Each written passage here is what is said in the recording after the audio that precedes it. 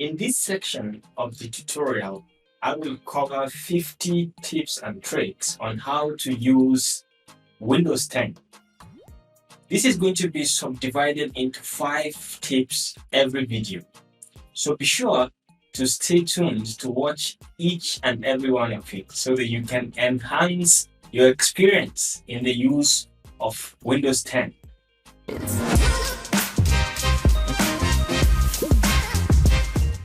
Hi everyone, I am Dr. Rashid and welcome back to Epic Mentorship.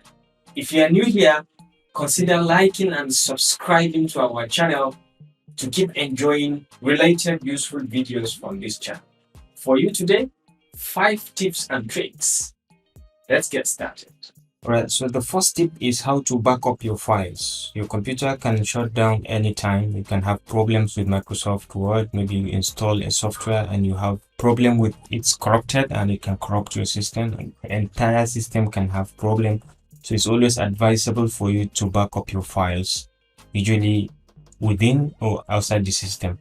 So for this particular tutorial, I will show you how to back up your files directly, and you can set it to automatic every hour, every day, or every week, depending on you. So all you need to do to create a backup is to come over to the search bar here and type backup settings. Then you come over to backup settings here, and once you are in here, you can enable it. You have to make sure that you enable it, and it will ask you to select a particular drive that you want to back up in.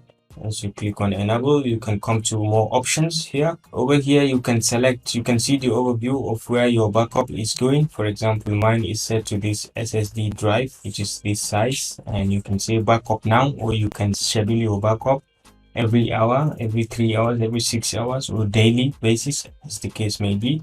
And you can choose the until space is needed, or you can keep it at default, which is forever. And you can add a backup folder you want it to specifically backup, or you can check from your drive and you can come down here and exclude a particular folder that you may not need to back up to your drive, and you can stop that particular drive from backing up your files, or you can restore from a current backup. Tip number 2 is in case of theft or missing of your device. For example, you miss your computer, you forget it in the lab, or someone mistakenly picked it from you, you can easily find your device online and you can navigate, see the location where it is, and possibly you can find it. To access this feature and enable it is you just come over to the search bar here and click on find my device.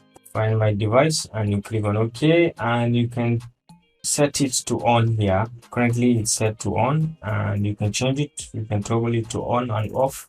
This will track your device if you think you've lost it, or even if you haven't. Find your device periodically, tracks your device location on a map to help you keep tabs of it. It can always track it and tell you the exact location where your device is. And you can change it, you can toggle this on or off, you can off it. Tip number 3 is enhanced search. Microsoft has now incorporated an enhanced way of searching more files, which is more faster and involves virtually all your files within your computer. The usual one that we have here is the default or the classic type, but now you have the option to enable the enhanced search, which can search virtually anywhere within your computer except the locations you specify otherwise. So to enable that, all you need to do is to come over to the Windows and go to the settings, and you can see search over here, searching Windows here to the left, and you can see it is set to classic, or you can set it to enhanced search. This will search your entire PC, including your libraries, desktop, and everywhere for files you are looking for, except if you specify other files not to exclude during the search, which you can add from here. Add an excluded folder. If you don't want to search a given folder, you can add it here. Even during the search, it will not appear, and you can toggle this on or off. Tip number 4 is to create a restore point. Problems can occur with your system. It can crash due to low space, or due to a virus threat, or due to any kind of corrupt file in the system. Windows 10 can fail to work and can fail to exist, and if you create a restore point, it's very easy to get back your files, to get back your system settings where you left it. So to create a restore point, all you need to do is to come over here to the search bar and click on type restore point. Create a restore point and it will just pop up here, and you can just come over to system protection, and over here you create configure. You click on configure and you can give a space to it. This is turned on and you can enable maximum usage. You can say maybe 2 or 3%. Can hit apply and click on OK.